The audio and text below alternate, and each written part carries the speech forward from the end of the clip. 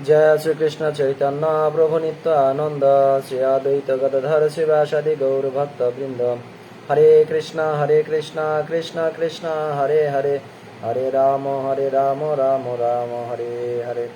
जय जगद्गुरु श्रील प्रभुपाद की जय, जय पतित पवन गुरु महाराज की जय, जय अनंत कोटि वैष्णव वृंद की जय। আজকে আমাদের এই ক্লাসে যারা উপস্থিত সমস্ত ভক্তবৃন্দ কি জয়, ফেসবুক লাইভে যারা রয়েছেন বা আমার এই ক্লাসটা দর্শন করতেছেন, শ্রবণ করতেছেন, সেরকম সমস্ত ভক্তবৃন্দ কি জয়। নিতাই গৌর সীতানাথ প্রেমানন্দে হরি হরি বল, হরি বল। হরে কৃষ্ণ, দণ্ডবত প্রণাম সকল বৈষ্ণব চরণে এবং সবাইকে জানাই আন্তর্জাতিক কৃষ্ণ ভাবনামৃত সংঘ তথা ইসকন এবং আমাদের এই ক্ষুদ্র গ্রুপ ধর্মকে জানি আচরণ করি এবং মানব জনমকে সার্থক করি, এর পক্ষ থেকে সবাইকে কৃষ্ণপ্রীতি ও শুভেচ্ছা। হরে কৃষ্ণ। তো আশা করি সকলে ভালো আছেন, কৃষ্ণ ভাবনায় আছেন। তো আমরা আমাদের এই সাপ্তাহিক ধর্মীয় আলোচনার ক্লাসে সবাইকে আবারও শুভেচ্ছা এবং অভিনন্দন জানিয়ে আমাদের আজকের আলোচনা শুরু করছি। আমাদের আজকের আলোচ্য বিষয় ভক্তির রসামৃত সিন্ধু। তো আমরা এই গ্রন্থের আজকে একাদশ অধ্যায় থেকে আলোচনা শুরু করব। গত ক্লাসে আমাদের দশম অধ্যায় শেষ হয়েছিল, আজকে আমরা একাদশ অধ্যায় থেকে শুরু করব। তো যেহেতু অধ্যায়গুলো একটু ছোট, আমরা চেষ্টা করব যদি সময়ের সংকলন হয় তাহলে একাধিক অধ্যায় আমরা আলোচনা করার চেষ্টা করব। তো আজকে একাদশ অধ্যায়ের নাম হচ্ছে ভগবত ভক্তির বিভিন্ন অঙ্গ। তো আমরা গত ক্লাসগুলোতে ভগবত ভক্তির অঙ্গ সম্পর্কে জেনেছিলাম, বিশেষ করে ভগবত ভক্তির 64 প্রকার অঙ্গের কথা জেনেছিলাম। তো আমরা তারপরে এই দশম একাদশ অধ্যায়গুলোতে আমরা সেই ভগবত ভক্তির সেই যে অঙ্গগুলো, এই অঙ্গগুলো সম্পর্কে বিস্তারিত আলোচনা করার প্রয়াস করতেছি। তো আজকে আমাদের একাদশ অধ্যায়েও এরকমই ভগবত ভক্তির বিভিন্ন অঙ্গের সম্পর্কে কিছুটা বর্ণনা করেছেন। যদিও শ্রীরূপ গোস্বামী প্রভুপাদ এই ভক্তির রসামৃত সিন্ধু গ্রন্থে সকল বিষয়ে অতি দীর্ঘ না, নাতি দীর্ঘ, মানে অল্প কিছু বিষয়ে আলোচনা করেছেন। এর বিশদ বর্ণনা আমরা অন্যান্য গ্রন্থে পাই। বিশেষ করে এখন আমরা যে একাদশ অধ্যায়ের ভগবত ভক্তির বিভিন্ন অঙ্গ, এই অধ্যায়ের আলোচনার প্রথমেই দাস্য। তো এখানে এই দাস্য সম্পর্কে রূপ গোস্বামী প্রভুপাদ যেটা বলছে যে সকাম কর্মীদের মতো কর্মফল অর্পণকেই দাস্য বলা হয়। অর্থাৎ যারা কামনা বাসনা নিয়ে, ফলের আশা নিয়ে কোনো কর্ম করে, তো এরকম ব্যক্তিরা তাদের কর্মফল অর্পণ করে যে কর্মগুলো করা হয় ভগবানের চরণে, তাকেই দাস্য বলা হয়েছে। কিন্তু রূপ গোস্বামী প্রভুপাদ বা যারা সিনিয়র আচার্য, পরিবর্তন আচার্য বলছে কোনো না কোনো ভাবে নিরন্তর ভগবানের সেবায় যুক্ত থাকাই হচ্ছে দাস্যের স্বরূপ। এই যে আমরা বললাম যে কর্মফল অর্পণ করাই হচ্ছে দাস্যভাব, কিন্তু শ্রীরূপ গোস্বামী এবং সিনিয়র বা পূর্বতন আচার্যরা বলেছেন যে শুধুমাত্র এটুকুই না, কোনো না কোনো ভাবে নিরন্তর ভগবানের সেবায় যুক্ত থাকাই হচ্ছে দাস্যের স্বরূপ। মানে দাস হচ্ছে প্রভুর প্রতিনিয়ত তার কাছে থাকা, তার সেবায় যুক্ত থাকা, এটা হচ্ছে দাসের কর্তব্য। এটা আমরা শুধুমাত্র যে দাস এই অর্থে এই গ্রন্থের ভক্তির পথে এর ব্যাখ্যা দেব তা না। আমরা যদি পূর্বতন যে প্রথা ছিল, কৃতদাস প্রথা, সেখানেও দেখতে পাই যখন কোনো দাসকে কেনা হয় তখন তার মালিক যে কিনলো, সেই মালিক তাকে 24 ঘন্টা তার কাছে রেখে তাকে সেবায় নিযুক্ত রাখে। তার কোনো ব্যক্তিগত ইচ্ছা, আকাঙ্ক্ষা, অনুভূতি থাকবে না। এটাই হচ্ছে দাসের কাজ। দাসের কোনো নিজস্ব অভিব্যক্তি থাকবে না। প্রভু যদি তাকে খেতে দেয়, খাবে, আর প্রত্যেকটা বাক্য অক্ষর অক্ষরে পালন করবে, অ্যাজ এ মেশিন। আমরা যখন কোনো মেশিন কিনি, ওই মেশিনের পরিচালক বা মালিক যেমন নির্দেশনা দিবেন, ওই মেশিন তদ্রূপ কাজ করতে থাকবে। ঠিক দাসের অবস্থাটা থাকবে ঠিক সেই রকম, যে প্রতিনিয়ত তিনি তার প্রভুর আদেশ বা আজ্ঞা পালন করে যাবে, অকপটে, কোন রকম প্রশ্ন না তুলে। তো স্কন্দ পুরাণে বলা হয়েছে যে কর্মকাণ্ড এবং বর্ণাশ্রম আচরণকারী যারা আছে এরা হচ্ছে ভগবত ভক্ত। কি কর্মকাণ্ড এবং বর্ণাশ্রম, তো এই কর্মকাণ্ড আসছে বেদে থেকে। বেদে কর্মকাণ্ড, জ্ঞানকাণ্ড, উপাসনা কাণ্ড এরকম কাণ্ডে বিভক্ত আছে। এখানে কর্মকাণ্ডের কথা বলা হয়েছে। আর কর্মকাণ্ড হচ্ছে বেদের নির্দেশ মেনে বিভিন্ন ধরনের সকাম কর্ম, এটাকে বলা হয়েছে কর্মকাণ্ড।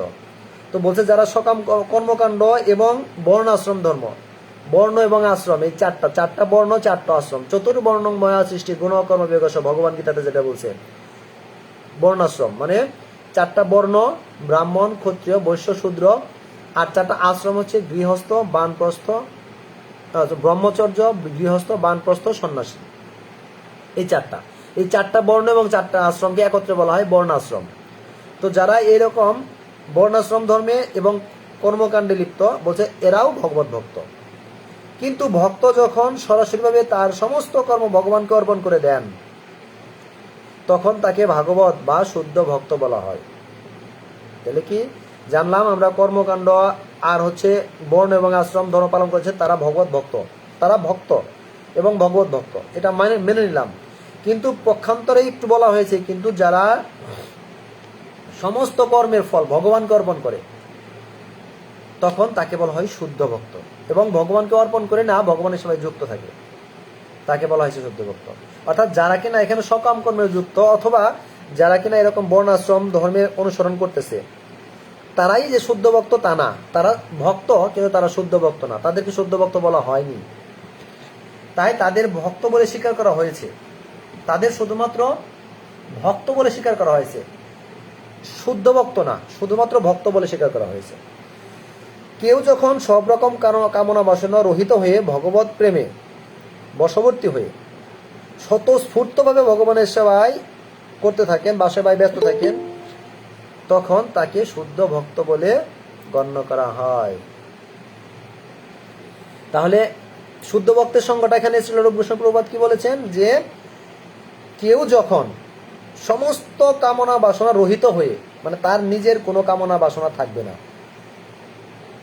ভগবত প্রেমে বশবর্তী হয়ে, আর কোনো কিছুর প্রতি আকৃষ্ট হয়ে না, শুধুমাত্র ভগবত প্রেম লাভ করতে চায়, ভগবত প্রেমের বশবর্তী হয়ে, 30 সেকেন্ড,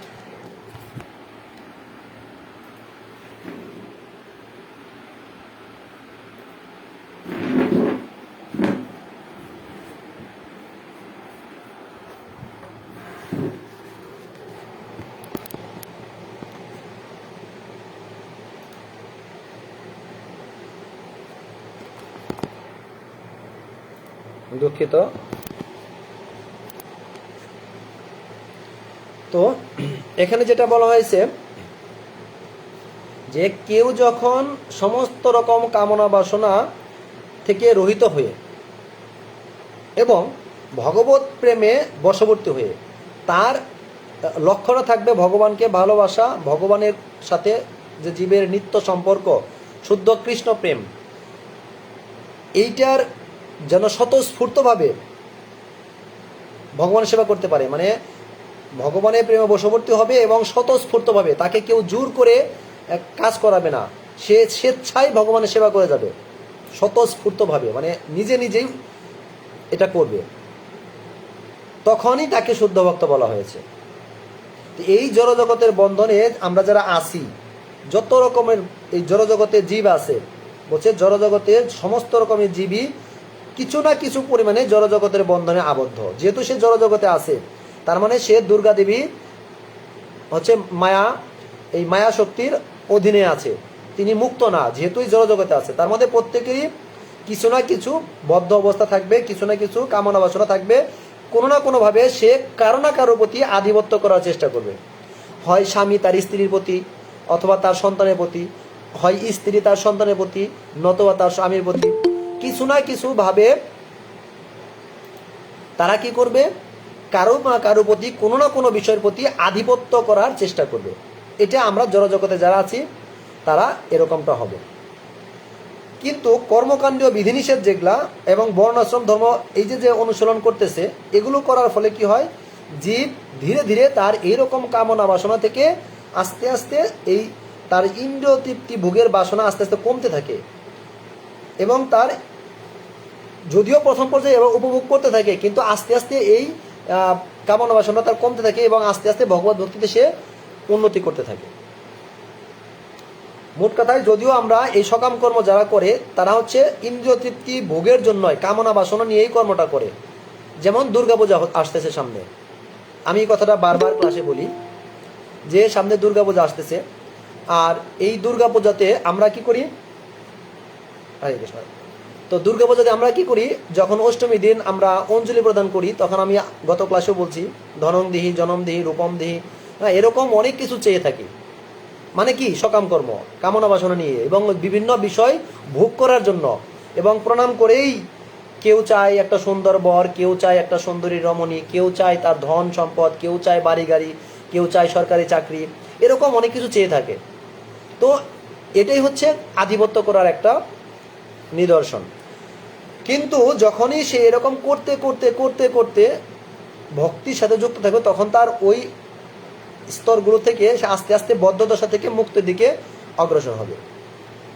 এই জন্য বলছে গৃহস্থ উক্ত বৈদিক কর্ম, যারা গৃহস্থ তারা উক্ত মানে ওই রকম দুই রকম যে যারা ভক্ত আছে, কর্মকাণ্ড আর হচ্ছে এই কি বললাম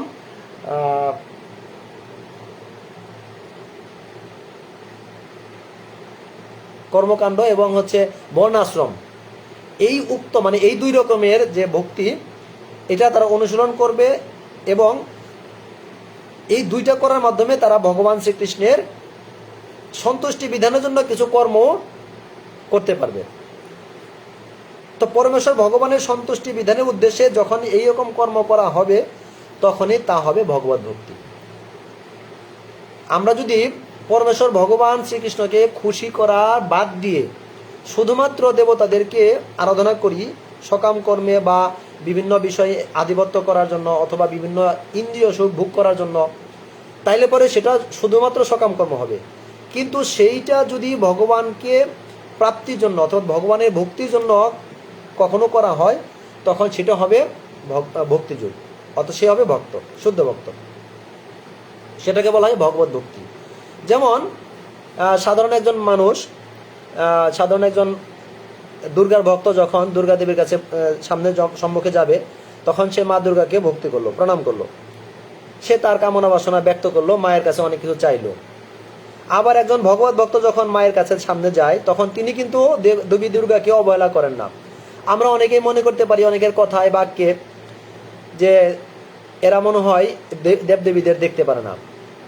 বিশেষ করে আমাকে অনেকেই মেন করতে পারে যে এই যে আমি যখন ক্লাসে কখন আলোচনা করি ভগবানের মহিমা, তখন দেখা যায় যে দেবতাদের চাইতে ভগবান উত্তম উৎকৃষ্ট, তখন শাস্ত্রের নির্দেশ অনুযায়ী আমরা দেবতাদের আরাধনা বাদ দিয়ে ভগবান আরাধনা দিকে আমরা বেশি আকর্ষণটা থাকে, আমাদের কথার ধরনটা ওইরকম থাকে।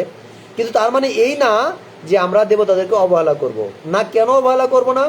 কারণ আমরা যদি ভগবত ভক্তি লাভ করতে চাই, তাহলে অবশ্যই ভগবান এবং তার ভক্তকে শ্রদ্ধা করতে হবে। ভগবানের ভক্তকে অবহেলা করা মানে ভগবত ভক্তির 12টা বাজিয়ে দেওয়া। আর দুর্গা দেবী, শিব, তারপরে বিভিন্ন দেবতা যারা আছে, তারা হচ্ছে ভগবানের সেবক, ভগবানের দাস, আর তার মানে হচ্ছে তারা আছে ভগবানের ভক্ত।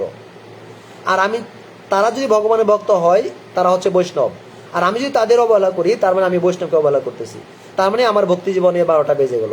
এই জন্য আমরা কখনোই কোনো দেবতাকে অবহেলা করি না, তাদেরকে সম্মান করি, শ্রদ্ধা করি, তাদেরকে প্রণাম নিবেদন করি, এবং প্রণাম নিবেদন করে তাদের কাছে চাইতে হয়, হে মায়া দেবী, হে দুর্গা দেবী, তুমি আমাকে কৃপা করে আমার মনের দুর্গতি নাশ করে আমাকে এই মায়ার বন্ধন থেকে মুক্ত করে শুদ্ধ প্রেম ভক্তি, শুদ্ধ কৃষ্ণ প্রেম ভক্তি দান করো।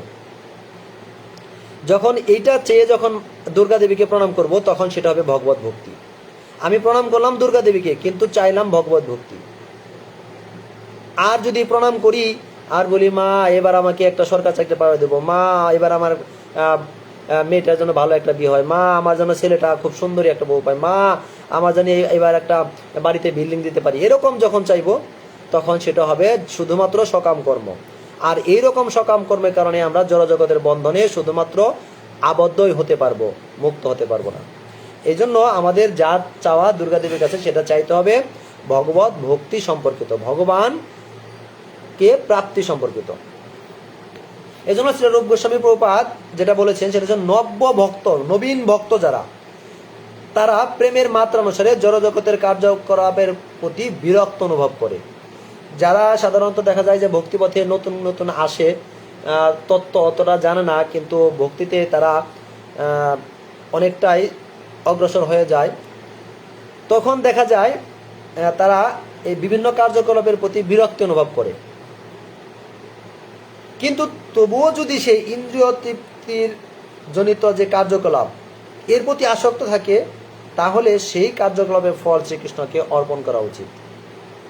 অর্থাৎ যারা নবীন, নতুন করে ভগবানের পথে অগ্রসর হতে চায়, কিন্তু তার মনে মনে বিভিন্ন বিষয়ে কামনা আছে, বাসনা আছে, অথবা চাওয়া পাওয়া আছে, তা বলা হয়েছে যদি সে ভক্তি লাভ করতে চায় তাহলে সেই কামনা বাসনাগুলো ভগবানের চরণে অর্পণ করতে হবে। আর এই ভাবকে বলা হয় দাস্য ভাব। কারণ আমি তো দাস, কার দাস? ভগবানের দাস।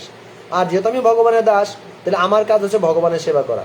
তাহলে ভগবানের সেবা করব কার ইচ্ছায়? আমার ইচ্ছায় না ভগবানের ইচ্ছায়? অবশ্যই ভগবানের ইচ্ছায়।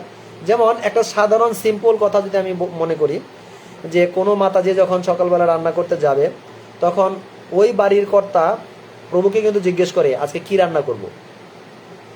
তখন প্রভু যদি বলে যে আজকে পোলাও, অথবা আজকে খুদের ভাত, অথবা আজকে ডাল, এরকম যখন কোনো নির্দেশনা দেবে, তখন ওই মাতাজিদা কিন্তু ওই ধরনের খাবারটাই তৈরি করে। ঠিক একই রকম আমাদের উচিত হচ্ছে ভগবানের ইচ্ছাটাকে পূর্ণ করা। তা আমি যেহেতু দাস, আমি আরেকটা উদাহরণ দিয়ে আরেকটু ক্লিয়ার হবে। বাড়িতে যখন আমরা কেউ কামলা নেই, দাস হিসেবে একজন লোক নেই, তখন সে কিন্তু তার ইচ্ছা মতো কোনো কর্ম করে না। ধরলাম ধান কাটার জন্য একজন লোক হায়ার করলাম, ভাড়া করলাম, তো কি করা হয়, ওই হায়ার করা লোকটা বাড়িতে আসে এবং বসে থাকে এবং আদেশ পাওয়ার জন্য অপেক্ষা করে। যখন বাড়ির মালিক এসে বলে যে ওই ক্ষেতে ধানগুলা কাটতে শুরু করেন, তখন তিনি গিয়ে ধান কাটা শুরু করে দেয়। অন্য ক্ষেতে না, মালিক যে ক্ষেতে বলছে ওইটাই। আবার যদি মালিক বলে যে না আজকে ধান আর কাটতে হবে না, তুমি এখন পাট কাটো, তখন সে ওই ধান বাদ রেখে পাট কাটা শুরু করে। তার মানে এটাই হচ্ছে আমার মানে বোঝানোর জন্য বলা, যে আমি যেহেতু ভগবানের দাস, তাহলে আমি আমার ইচ্ছায় ভগবানের সেবা করব না। ভগবান কোনটা করতে বলছে, সেই ভগবানের ইচ্ছাটা পূর্ণ করার জন্য আমি ভগবানের আদেশে ভগবানের সেবা করব। এটা হচ্ছে দাসের মনোভাব হওয়া উচিত। তো এই জন্য বলছে পরমেশ্বর ভগবান হচ্ছে প্রভু এবং আমরা হচ্ছি তার দাস। এই জন্য নারদীয় পুরাণে যেটা বলা হয়েছে, হ্যাঁ ধন্যবাদ প্রণাম প্রভু, মৃদুল কান্তি প্রভু, আপনার চরণে অনন্ত করে ধন্যবাদ প্রণাম, আপনাকে স্বাগতম আমাদের ক্লাসে। তো নারদীয় পুরাণে যেটা বলা হয়েছে যে যে সমস্ত মানুষ কায় মনোবাক্যে ভগবানের সেবায় নিযুক্ত হয়েছেন, এমনকি যদি কেউ ভগবানের সেবা করার আকাঙ্ক্ষাও করেন, তাহলেও তাকে মুক্ত বলে গণ্য করা হয়। হরি বল।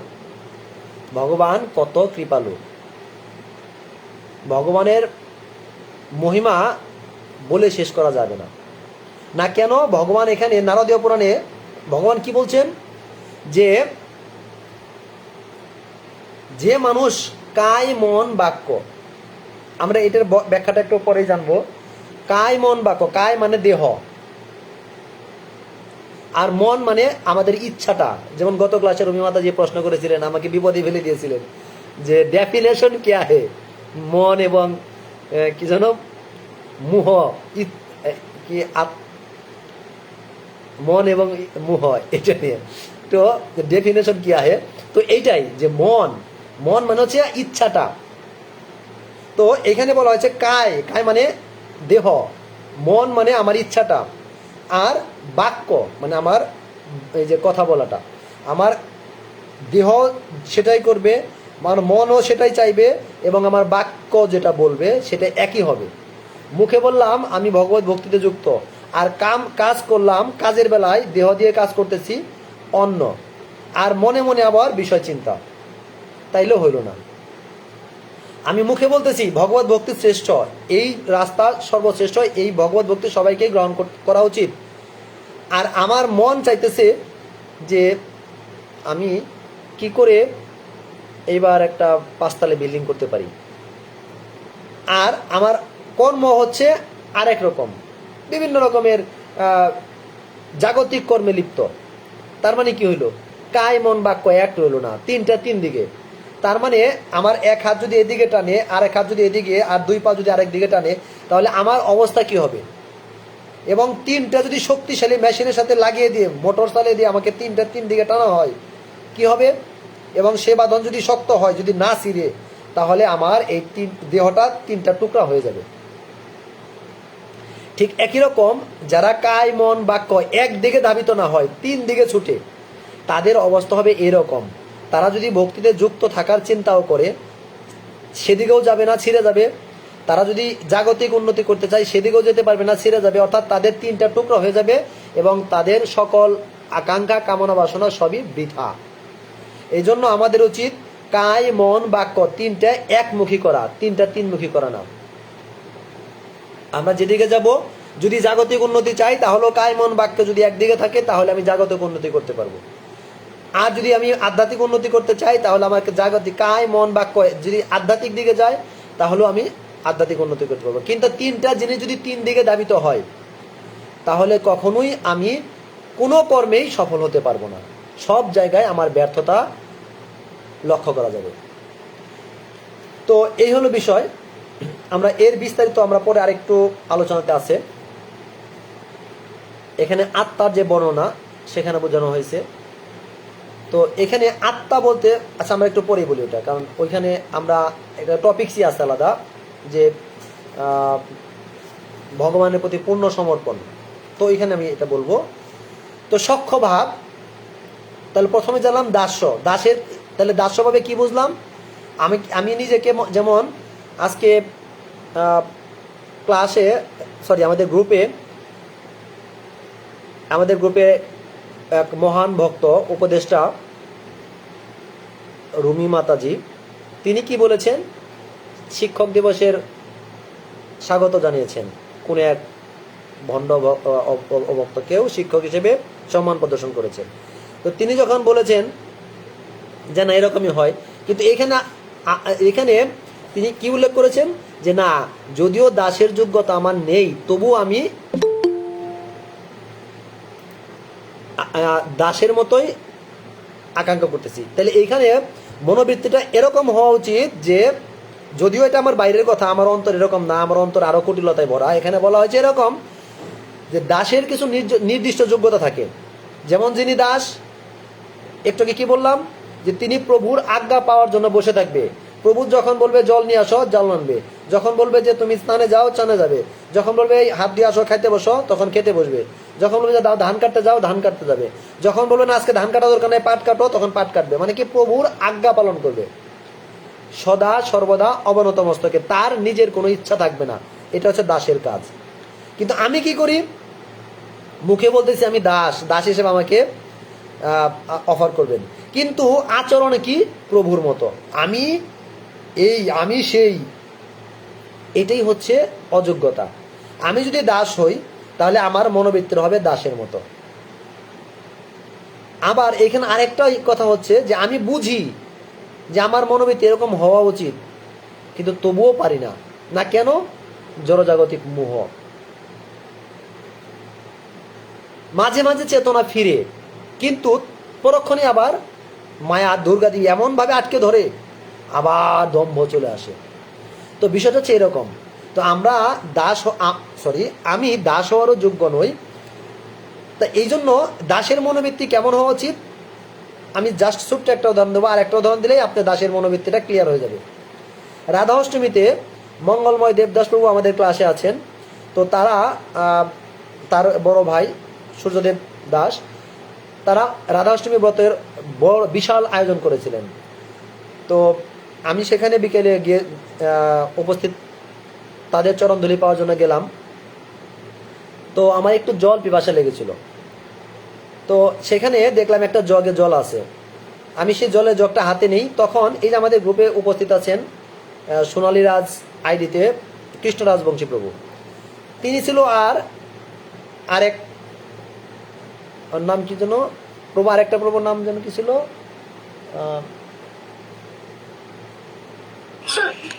কোন প্রভু? চন্দন প্রভু নাকি প্রভু? না, ওই যে ওই চুন্নারি জল নিয়ে আসলো যে, ওই যে না না, নেপাল প্রভুর বাইক না, নাম জানি না আর কি। তো ওই প্রভুটাও ছিল। তো তখন এই দুইজন কি করলো, বলছে প্রভু আমি জল এনে দিচ্ছি, আমি জল। তো আমি তাকে বলছি না প্রভু লাগবে না, প্রভু লাগবে না। বাস্তব অভিজ্ঞতা থেকে বলছি যে এই তারা বলতেছে প্রভু আমাকে দেন, আমি জল এনে দিচ্ছি, এই জল খাইতে হবে না। আমি বললাম না প্রভু লাগবে না, লাগবে না, এটাই খাইতে পারবো। তো তারা কি করলো, জোর করে আমার থেকে জগটা নিয়ে নতুন করে জল এনে আমাকে দিল, আর আমি ডক ডক করে খেলাম, জলটা পান করলাম। তো তখন যখন জলটা মুখে দিলাম, তখন একবার একটু চেতনা ফিরলো। আমি কি বললাম, থাক প্রভু লাগবে না। আমি তাকে প্রভু বললাম, প্রভু ভালো আছেন, প্রভু কি করেন, প্রভু লাগবে না। তাকে আমি প্রভু বললাম, তাকে প্রভু বললাম মানে আমি তার দাস। অথচ আবার কাজে কি করলাম, তাকে দিয়ে জল আনিয়ে আমি পান করলাম। এই হলো আমার মতো ভণ্ড দাস। তো এইরকম তো দাসের যোগ্যতা না। দাসের যোগ্যতা এরকমই হবে, তাকে দিয়ে জল তো আনাবই না, বরঞ্চ যেহেতু আমি তাকে প্রভু সম্বোধন করছি, আমার উচিত তার কোনো সেবায় লাগা, এক গ্লাস জল নিয়ে তাকে দেওয়া, তার আনা জল আমার পান করা না। তো এটাই হচ্ছে আমাদের দাসের মনোভাব হওয়া উচিত। এইরকম যে আমি দাস, যেহেতু আমি তো তাকে প্রভু বলছি, আমি তার দাস হতে চাই, তাহলে আমি যেন কাউকে না খাটিয়ে তার সমস্ত কাজ আমার দ্বারা যেন হয়। তো জানি না আমি দাস্যভাবটা বোঝাতে পারলাম কিনা। আর ভগবানের ক্ষেত্রে দাস্যভাবটা ঠিক সেম। ভগবান কি চেয়েছেন, ভগবান কোন সেবাটা বেশি পছন্দ করেন, ভগবান আমাদেরকে কি নির্দেশনা দিয়েছেন, সেটা আমাদের অকপটে স্বীকার করা, অকপটে করে যাওয়াটাই হচ্ছে দাস্যভাব। তো আমরা অনেক সময় অনেক ক্ষেত্রেই পাঁচটা কি বলে আশ্রমের কথা, ভাবের কথা বলি, শান্ত ভাব, দাস্যভাব, সখ্যভাব, বাৎসল্য ভাব, মধুর ভাব, এরকম। তো আমি জানি না এখানকার দাস্য ভাবটা আমি আজকের ক্লাসে বোঝাতে পারলাম কি না। যদি আপনারা বুঝে থাকেন তাহলে আমি কৃতজ্ঞ। দাস্য ভাবটা হবে এমন যে প্রভুর সমস্ত ইচ্ছা আমি পূর্ণ করব, আমার কোনো ইচ্ছার ভ্যালু প্রভুর কাছে থাকবে না। এই মনোবৃত্তি নিয়ে যখন আমি ভগবানের সেবা করব, তখন আমি বুঝতে হবে দাস্যভাবে যুক্ত আছি। এরপর হচ্ছে সখ্যভাব। এই সখ্যভাবটাকে দুই ভাগে ভাগ করা হয়েছে। প্রথমটি হচ্ছে ভগবানের অন্তরঙ্গ সেবক। অন্তরঙ্গ মানে ভগবানের হৃদয়ের ভিতরের সেবক। ভগবানের দুই প্রকার সেবক থাকে, একটা হচ্ছে অন্তরঙ্গ সেবক, আর একটা বহিরঙ্গা সেবক। তো চৈতন্য চরিতামৃতে চৈতন্য মহাপ্রভু একটা শ্লোকে বলেছেন যে বহিরঙ্গা ভক্ত নিয়ে করে নাম সংকীর্তন, আর অন্তরঙ্গা ভক্ত নিয়ে করে প্রেম আস্বাদন। অর্থাৎ বহিরঙ্গা ভক্ত আর হচ্ছে অন্তরঙ্গা ভক্ত। বহিরঙ্গা ভক্ত হচ্ছে যখন মহাপ্রভু সবাইকে নিয়ে জাত পাত বিচার না করে সমস্ত ভক্তদের নিয়ে হরিনামে প্রেমের বন্যায় মাতিয়ে দিয়েছেন, সবাইকে নিয়ে হরিনাম করেছেন, এটা হচ্ছে বহিরঙ্গা ভক্ত। তারা সবাই মহাপ্রভুর ভক্ত, মহাপ্রভু সবাইকে কৃপা করেছেন। কিন্তু কিছু কিছু সময় ভক্তির নিগুড় তত্ত্ব, গূঢ় তত্ত্ব মহাপ্রভু তার অন্তরঙ্গ পার্শ্বদের নিয়ে ঘরের ভিতরে গোপনে আলোচনা করতেন, প্রেমাস্বাদন করতেন, প্রেমের রস আস্বাদন করতেন। সেটাকে বলা হচ্ছে অন্তরঙ্গা ভক্ত।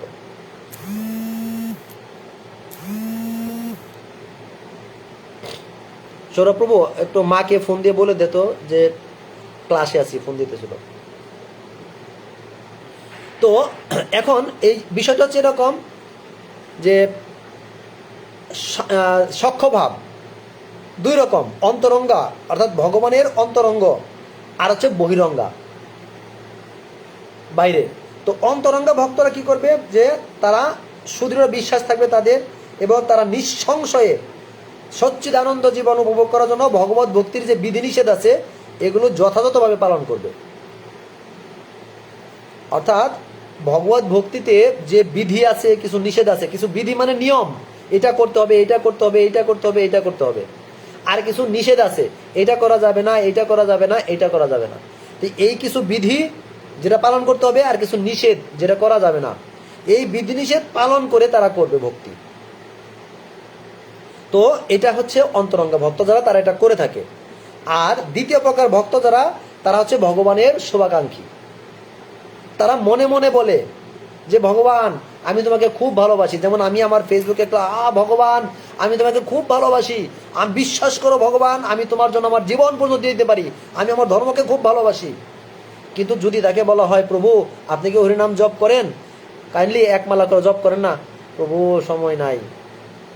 এই হচ্ছে তার ভগবানের প্রতি অগাধ ভালোবাসা, যে কিনা জীবন দিতে পারে কিন্তু এক মালা জপ করতে পারে না ভগবানের জন্য। ভগবানকে খুশি করার জন্য এক মালা জপ করতে পারে না। সে ভগবানের জন্য জীবন দিতে পারে, সে ধর্মের জন্য প্রাণ উৎসর্গ করে দিতে পারে, কিন্তু ভগবানকে ভালোবেসে এক মালা জপ করবে সেইটা প্রভু আমার সময় নাই। যদি বলি প্রতিদিন গীতা পড়েন, প্রভু সময় পাই না গীতা পড়তে। আর প্রভু বিশ্বাস করেন আমি যে জায়গায় থাকি না ওই বিভিন্ন মানুষ থাকে, পবিত্রতা নাই, সেখানে গীতা আমি পড়তে পারি না, এরকম অনেকেই আমাকে বলে। তো বিষয়টা এরকম না, বিষয়টা হচ্ছে এরকম যে আমি ভগবানকে যদি সত্যিকার অর্থে ভালোবাসি, ভগবান কি চাইছে সেটা করব। ভক্তি হয়তো কি, ভক্তি অপ্রতিহতা, এটাই আমাকে মাথায় রাখতে হবে। তো এখানে ভগবদ গীতাতেও ভগবান স্পষ্ট করে বলেছে যে ভগবানের বাণী প্রচারক যারা, তারা হচ্ছে ভগবানের সবচাইতে প্রিয়।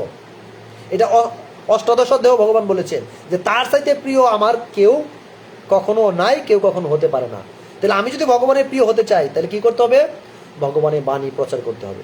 আর ভগবানের বাণী প্রচার করব আমি যদি নিজে আচরণ না করি তাহলে আমি প্রচার করতে পারবো না। এই জন্য নিজে আগে আচরণ করতে হবে। যে মানুষ ভগবদ গীতার যে এই নিগুড় তত্ত্ব জনসাধারণের কাছে বিতরণ করে, তিনি শ্রীকৃষ্ণের এত প্রিয় এত প্রিয় এত প্রিয় যে মানব সমাজে তার তুল্য কেউ হতে পারে না। হরি বল। ভগবান গীতাতে অষ্টাদশ অধ্যায়ে স্পষ্ট করে বলে দিয়েছেন যে যারা আমার এই রকম গীতার জ্ঞান, গোপনীয় জ্ঞান, গূঢ় তত্ত্ব যারা প্রচার করবে, অন্যান্য ভক্তদের কাছে প্রচার করবে, তিনি আমার অত্যন্ত প্রিয়। তো মহাভারতে দ্রৌপদী তিনি বলেছেন যে হে গোবিন্দ তুমি প্রতিজ্ঞা করেছো যে তোমার ভক্তের কখনো বিনাশ হবে না। তোমার সেই উক্তি আমি পূর্ণরূপে বিশ্বাস করি। আর তাই এই সমস্ত দুঃখ দুর্দশার মধ্যেও, এই যে দ্রৌপদীর উপরে এত অত্যাচার এত নিপীড়ন, বলছে যে আমার এইরকম এই এত দুঃখ দুর্দশার মধ্যেও আমি তোমাকে মানে তোমার সেই প্রতিজ্ঞার কথা স্মরণ করি, আমি তোমার সেই প্রতিজ্ঞার কথা মনে রাখি, ভুলি না, মনে রাখি এবং মনে মনে সেটা ভাবি, চিন্তা করি। তার ফলে আমি জীবন ধারণ করতে সমর্থ হই। নতবা দ্রৌপদীর উপরে যতটা নির্যাতন করা হয়েছে, আমাদের মতো সাধারণ জীব হইলে তিনি আত্মহত্যা করতে বাধ্য হতেন। কিন্তু তিনি বলছেন যে আমি এটা বিশ্বাস করি, যেহেতু তুমি প্রতিজ্ঞা করছো যে তুমি কখন তোমার ভক্তের কোনো বিনাশ নাই, আর আমি যেহেতু তোমাকে পছন্দ করি, তোমাকে ভালোবাসি, তোমার নাম গুণগান করি, তাইলে আমিও জানি যে আমারও বিনাশ হবে না। আর সেইটা মনে করেই আমি নিজেকে টিকিয়ে রেখেছি, আমি জীবন ধারণ করতে পারছি। তো যদিও এই যে পাণ্ডবেরা ভগবানের মহান ভক্ত এবং তারা পুণ্যাত্মা, বিশেষ করে দ্রৌপদী হচ্ছে সাক্ষাৎ লক্ষ্মী দেবী, আর পরমেশ্বর ভগবান শ্রীকৃষ্ণের অন্তরঙ্গ সখা দ্রৌপদী, তবুও তাদের এত দুঃখ কষ্ট কেন? এইটা আমাদের অনেক সময় প্রশ্ন হয়, অনেক ভক্ত করে যে প্রভু ভক্তি করে কি লাভ, ভক্তি করে যারা তারা তো সুখে থাকে না, তারা তো খালি দুঃখ পায়। এই যে দেখেন পঞ্চপাণ্ডবের অবস্থা দেখেন। তো কিন্তু ওই এত দুঃখ কষ্ট মধ্যে থেকেও দ্রৌপদীর যে বিচলিত হননি, তার কারণ কি? কারণ তিনি জানতেন যে পরমেশ্বর ভগবানের শ্রীকৃষ্ণের যারা সখা, তাই তাদের জয় অবশ্যই হবে। তার মানে কি, এই যে যারা ভগবানের ভক্ত তাদেরই জয় হবে, আর যারা ভগবানের বিদ্বেষী তাদের পরাজয়, তাদের ধ্বংস অনিবার্য। এটা গীতাতেও ভগবান বলেছেন, যত্র পার্থ ধনুর্ধর। মুকুন্দ ভগবান দাস প্রভু শ্লোকটা একটু বলবেন?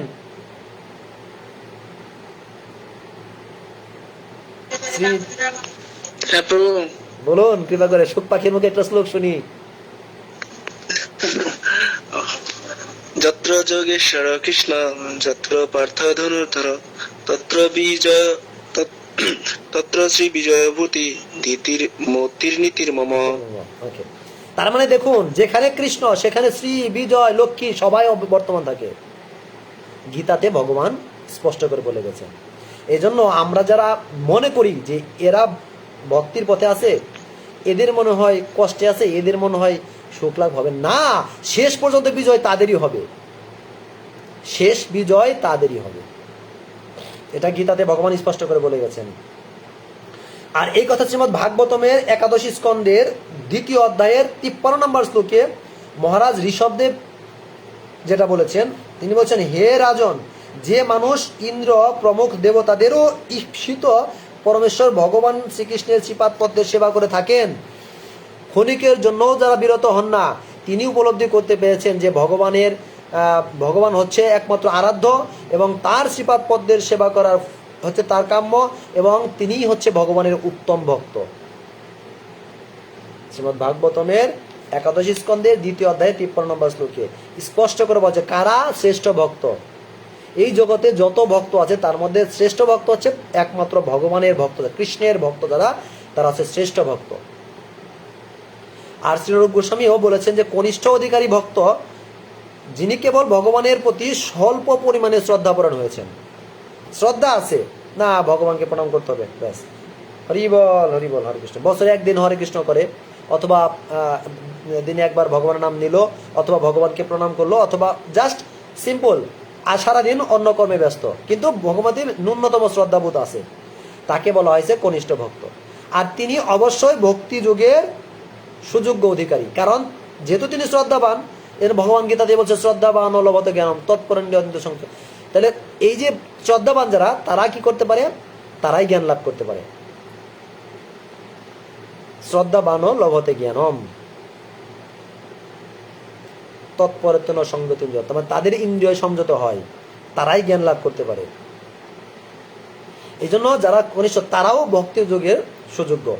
তার শ্রদ্ধা যখন সুদৃঢ় হয় তখন তিনি অন্তরঙ্গভাবে ভক্তি মার্গে যুক্ত হয়ে যায়। হরি বল। এই যে তার যে শ্রদ্ধা, এই শ্রদ্ধা যখন গাঢ় হয়, ঘনীভূত হয়, সুদৃঢ় হয়, মজবুত হয়ে যায়, তখন তিনি ভগবানের অন্তরঙ্গ ভক্তে পরিণত হন। হরি বল। এই জন্য আমার মতো যারা আমার চেয়ে যারা উন্নত, আমি তো ভক্তিপথে আসলে এখনো অগ্রসর হতে পারিনি, কিন্তু যারা কিনা প্রাথমিকভাবে এখন ভগবানের সাথে যুক্ত আছেন, কিন্তু ভক্তি খুঁটিটা নটর বটর, কিন্তু তারা এক সময় দৃঢ় হবে, এমন দৃঢ় হবে যারা ভগবানের অন্তরঙ্গ ভক্ত হয়ে যাবে। এই জন্য কখনো কখনো দেখা যায় যে কোনো শুদ্ধ ভক্ত যারা অন্তরঙ্গ ভাবে বা সখারূপে ভগবানের সেবা করার জন্য ভগবানের মন্দিরে শয়ন করে থাকেন। যেমন শাস্ত্রে বলা আছে যে ভগবানের মন্দিরে শয়ন করা নিষেধ, ভগবানের মন্দিরে শয়ন করা যাবে না, কিন্তু মাঝে মাঝে দেখা যায় ভক্তরা সেই মন্দিরেও শয়ন করে আছেন। যেমন যখন আমি গত বছর খুলনা ট্যুরে গেলাম মন্দিরে, তখন কিন্তু ওই আমাদেরকে থাকার জন্য, যেহেতু উপরে গেস্ট হাউসে এতগুলো ভক্ত জায়গা হবে না, প্রায় এক বাস ভর্তি ভক্ত, সেক্ষেত্রে আমরা কি করলাম, ওই নাট মন্দিরেই শুয়ে রইলাম। যদিও আমি অভক্ত ছিলাম, কিন্তু তারপরেও নিষেধ থাকার পরেও ভক্তরা আমাদের আদেশ করলো, আপনারা যারা প্রভু আছেন তারা এখানে শুয়ে পড়ুন আর মাতাজিরা উপরে চলে যান। তো এই যে বিষয়টা, যে আমরা তখন এরকম আদেশ পেয়ে গেলাম, তার মানে এখানে ভগবান নাট মন্দিরে আমরা রাত্রি যাপন করলাম। তো এখানে তাই বলা যে কখনো কখনো দেখা যায় যে ভগবানের অন্তরঙ্গ ভক্ত যারা সখারূপে ভগবানের সেবা করে থাকেন, তারা মাঝে মাঝে মন্দিরে শয়ন করে, কিন্তু যদি ওটা নিষেধ করা আছে। ভক্তের এই যে এইরকম যে সখ্য ব্যবহার, এটাকে রাগানুগা বা স্বতঃস্ফূর্ত ভক্তি বলা হয়। যখন এরকম আচরণ থাকে তখন সেটাকে বলেছে রাগানুগা ভক্তি। এটা আমরা পরবর্তী অধ্যায়ে জানবো। তো আমরা যখন ভক্তিশাস্ত্রী কোর্স করা হয়, তখন আমাদের এই ভক্তির সমেত সিন্ধু গ্রন্থের 19 অধ্যায় পর্যন্ত পড়ানো হয়। আর এই ভক্তির সমেত সিন্ধু গ্রন্থে মোট 51টা অধ্যায় আছে। তো আমরা চাচ্ছি যে আমরা এই ভক্তির সমেত সিন্ধু গ্রন্থের সম্পূর্ণ 51তম অধ্যায়ে আমরা এই ক্লাসে আলোচনা করব। শাস্ত্রের বিধিনিষেধ অনুসারে পরমেশ্বর ভগবানের মন্দিরে কারো শয়ন করা উচিত নয়, এটা শাস্ত্রে বলা আছে। কিন্তু ভগবানের প্রতি এই যে স্বতঃস্ফূর্ত প্রেম, সখ্য ভাব করার অন্তর্গত। এটা হচ্ছে ভগবানের এই সখ্য ভাবের একটা অন্তরঙ্গ মাত্রা।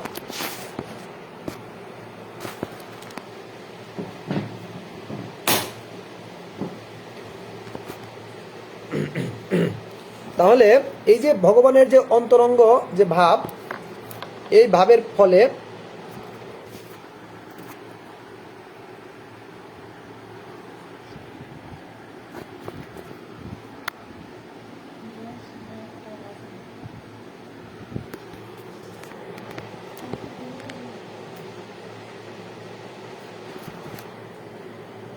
দুঃখিত, কি কোনটা চাপ লাগলো? আচ্ছা সরি, ক্ষমা করবেন, চাপ লেগে একটু এলোমেলো হয়ে গেছিল।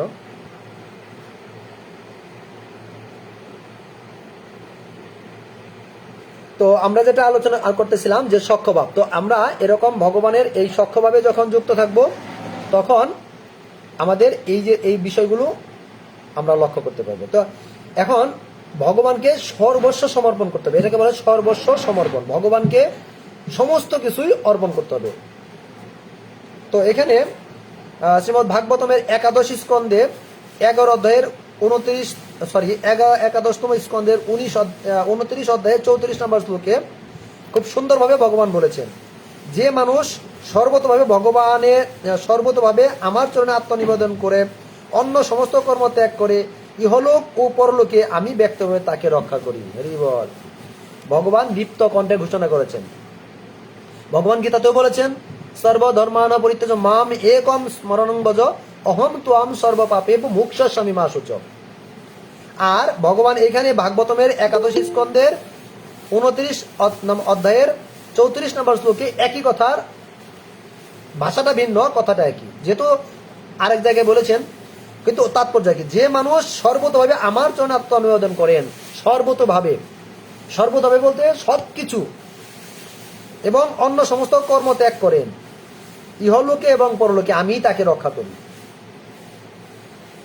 তো এখানে যে এর যে আমরা যদি আরো একটু বর্ণনা করতে যাই, তাহলে বলা যায় পারমার্থিক জীবনে ক্রমান্বয়ে উন্নতি সাধন করার জন্য আমি তাকে সাহায্য করি।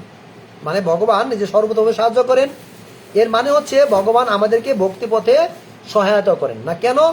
কারণ ভগবান তিনি আইনের বাইরে কিছু করেন না, ভগবান কারো প্রতি পক্ষপাতিত্ব করেন না। এই জন্য ভগবান কি, যে তাকে যদি মুক্ত করতে চায় তাহলে কি করবে? আগে তাকে ভক্তিতে যুক্ত করে জড়জগতের বন্ধন থেকে মুক্ত করতে হবে। তার জন্য তিনি কি করে? তাকে আধ্যাত্মিক উন্নতির জন্য তাকে সহায়তা করে। এই ধরনের মানুষ ইতিমধ্যেই 60 নামক মুক্তির লাভ করেছে, অর্থাৎ ভগবানের মতো সমান ঐশ্বর্য তিনি লাভ করেছেন। এজন্য ভগবদ গীতাতেও এটা বলা হয়েছিল যে তিনি সমস্ত পাপ থেকে আমাদের মুক্ত করবেন। ঠিক তখনই আমরা জগতের বন্ধন থেকে মুক্ত হতে পারবো, আর তখনই আমরা কি করব? ভগবত ধামে যাওয়ার যোগ্যতা অর্জন করব। এই জন্য যারা হৃদয়ের অভ্যন্তর থেকে ভগবান তাদেরকে কি করেন? পরিচালনা করেন, যাতে অচিরেই সেই ভক্ত পারমার্থিক মার্গে সিদ্ধি লাভ করতে পারে। তা না হলে আমাদের দ্বারা সম্ভব না। আমাদের কি যোগ্যতা আছে? যে যোগ্যতার দ্বারা আমরা ভগবানকে লাভ করতে পারবো। আমি কি এমন কর্ম করতে পারি ভগবানের জন্য, যে কর্মের ভগবান প্রীত হয়ে আমাকে মুক্তি দিবেন? এরকম যোগ্যতা আমাদের খুব কম সংখ্যক ব্যক্তিদের থাকে। এই জন্য আমাদের শুধু ভগবানের করুণা বা কৃপা পাওয়ার জন্য তার কাছে প্রার্থনা করতে হবে। আর এই যে পূর্ণ শরণাগতি, এটাকে বলা হয় আত্মনিবেদন। অর্থাৎ সর্বস্ব সমর্পণ। তাহলে আমরা ভক্তির নববেদা ভক্তির সর্বশেষ যেটা বলি আত্মনিবেদনম, তো এটা হচ্ছে সেই আত্মনিবেদন, মানে পূর্ণ শরণাগতি। অর্থাৎ আত্মা, এই যে আমি যে বললাম যে পূর্ণ শরণাগতি, সেখানে আমরা বলেছিলাম কি, যে সখ্য ভাবের ক্ষেত্রে যে কায় মন বাক্য, আর তার আমি বর্ণনাটা এখন এখানে দিচ্ছি। এখানে এই কায় মনোবাক্য বলতে যেটা বোঝানো হয়েছে, আত্মা শব্দটির অর্থ হচ্ছে জীবাত্মা, এটা বোঝানো হয়। আবার আত্মা বলতে কখনো কখনো আমরা আত্মতত্ত্ব, মানে আত্মাকে যেটা যেমন বুঝি, সেরকম কখনো কখনো আমরা মনকেও বুঝি। আবার কখন কখনো আত্মতত্ত্ব বলতে এই দেহটাকেও বুঝি, আত্মতত্ত্ব, এই দেহতত্ত্ব। তাহলে এখানে আমরা এই একই আত্মা বা আত্মা বলতে এক একটা ক্ষেত্রে এক একটা জিনিস ব্যক্ত করা বোঝায়। তাহলে এই যে আত্মতত্ত্ব, তাহলে এই আত্মা বলতে কি বোঝায়? আত্মা বোঝায়, এই আত্মা বলতে দেহ বোঝায়, এই আত্মা বলতে মনটাকেও বোঝায়। তাই পূর্ণ শরণাগতি বা পূর্ণ আত্মসমর্পণ বলতে এই যে আমাদের আত্মা, আমাদের দেহ, আমাদের মন কি হইল? কায় মন বাক্য। আমাদের বাক্যটাও মানে ইচ্ছাটা, মুখে যেটা বলবো দেহে দ্বারা সেটা হবে, আমার ইচ্ছাটাও সেরকমই হবে। এইটাই হচ্ছে পূর্ণ শরণাগতি। অর্থাৎ আমার দেহ, আমার মন এবং আমার ইচ্ছা, এই তিনটা বিষয় একই থাকবে। এটাকেই বলা হয় কায় মন বাক্য। কিন্তু আমরা শুধুমাত্র অনেক সময় গ্রন্থ পড়ার সময় পড়ে যাই, কায় মন বাক্যে ভগবানকে ডাকতে হবে, কায় মন বাক্যে ভগবানকে ডাকতে হবে, কায় মন বাক্যে ভগবানকে ডাকতে হবে, তাইলে ভগবান শুনবে। কিন্তু কায় মন বাক্য এই শব্দটা যে কত বড়, কত গভীরতা, কত বড়, কত উচ্চ লেভেলের মাপ, আমরা শুধুমাত্র সেটাই বুঝি না। তাহলে কি বুঝলাম? কায় দেহ, মন, ইচ্ছা, বাক্য, আমার বাইরের কথা, এই তিনটা এক হয়ে পূর্ণভাবে ভগবানের চরণে আত্মসমর্পণ করলে তাকেই বলা হয় শরণাগত বা পূর্ণ আত্মনিবেদনম। আর এই পূর্ণ আত্মনিবেদন করতে যায় শ্রীল ভক্তিবিনোদ ঠাকুর একটা ভজন গেয়েছেন, মানস দেহ গেহ যো কিছু মোর ওর পিল তুয়া পদে নন্দ কিশোর, সম্পদে বিপদে জীবনে মরণে দায় মম গেলা তুয়া উপদ বরণে। তুষ্ট আত্মা গোপাল দাস প্রভু, কীর্তনটা ভজনটা কি হবে নাকি একটু? মারবি রাখবি যা ইচ্ছা তোয়ার, নিত্য দাস প্রতি তোয়া, মৃত্যু দাস প্রতি তোয়া অধিকার। মানে এই দাসের প্রতি তোমার সব অধিকার আছে, রাখাও পারো, মারাও পারো। তুষ্ট আত্মা গোপাল দাস প্রভু আছেন? সেই প্রভু আপনাদের পায়। হরে কৃষ্ণ। তাইলে বৈষ্ণব ডিরেক্টর শুনিয়ে দেন এক পয়ার। মানুষ দেহ। দোকানের ভিতরে আছে, কারখানায়। ও আচ্ছা আচ্ছা, তাইলে ঠিক আছে, ওকে। তো এই যে ভজন, এই ভক্তিবিনোদ ঠাকুরের, এগুলো হচ্ছে ভক্তির অঙ্গ। কারণ তিনি তার মনের ইচ্ছাটাকে ভজন বা প্রার্থনাটাকে ভগবানের সুরে সুরে গিয়েছেন, এটাকে বলা হয় ভজন। মানস দেহ গেহ যো কিছু মোর, মানে ভগবান আমি তোমার দাস, তোমার ইচ্ছা রাখতে পারো, ইচ্ছা মারতে পারো, যা ইচ্ছা তুমি করতে পারো, কারণ আমি যে তোমার দাস, তোমার যা ইচ্ছা তাই তো আমাদের করাইবা, এরকম করতে পারো। আমার দেহ গেহ যা কিছু আছে সবই তো তোমার, তোমার চরণে আত্মসমর্পণ করলাম। তো যমুনাচার্য এভাবে প্রার্থনা করতেন। তিনি কি বলতেন? হে ভগবান, আমি মনুষ্য শরীরে অথবা দেব শরীরে থাকতে পারি, মানে আমি এখন মানুষ আছি, আমি যদি ভালো বেশি পুণ্য থাকে তাহলে আমি হয়তো স্বর্গের দেবতা হইতে পারি। তো আমি মনুষ্য দেহেই থাকি আর কোনো দেব শরীরেই থাকি, কিন্তু যে রকম জীবনী আমি প্রাপ্ত হই না কেন, যা কিছু মানে যেরকম জীবনী আমার হোক, আমি তার প্রতি কোনোভাবে আগ্রহী নই, আমি সেই দেহের প্রতি বা সেই জীবনের প্রতি আগ্রহী নই। কারণ সেই শরীরগুলি হচ্ছে কেবল জড়া প্রকৃতির তিনটা গুণের সৃষ্টি। আমার সেই দেহটা, এই যে দেবতাদের দেহ, সেটাও জড়জগতের তিনটা গুণেরই সৃষ্টি। দেবতারাও এই তিনটা গুণের বাইরে না, দেবতারাও এই তিনটা গুণের অধীন। এজন্য বলছে আমি এর প্রতি আগ্রহী না, কারণ এই ওই দেবতাদের দেহ আর আমার এই মনুষ্য দেহ, যে দেহই থাক, আমি এর প্রতি আগ্রহী না, কারণ এটাও তো সেই জড়জগতের তিনটা গুণের প্রতি গুণেরই সৃষ্টি। কিন্তু আমি তোমার চরণে নিজেকে আত্মসমর্পণ করেছি। হরি বল। এইটাই হচ্ছে চাওয়া, হে ভগবান, আমি যেন যে শরীরেই থাকি, যে দেহেই থাকি, যে জন্মেই থাকি, আমি যেন তোমার চরণে আত্মসমর্পিত হয়ে থাকতে পারি। এটাই হচ্ছে ভক্তের ভগবানের প্রতি আকুতি, আত্মনিবেদন করার ভাব। আর যদি এরকম বলি, ভগবান আমি তোমার ভক্তি করলাম, আমি তো তোমার এই দিলাম সেই দিলাম, তুমি কেন আমার দিকে তাকাও না, মানে দিল তো দিল, আবার খুঁটাও দিল। যেমন কালকে মঙ্গলময় দেবদাস প্রভুর সাথে যখন একসাথে ফিরতেছিলাম অনুষ্ঠান থেকে, তখন একটা কথা বললো, আসলে ভক্ত তো ভক্তদের কথাগুলোই মহান, মহান ভক্তদের কথাও মহান।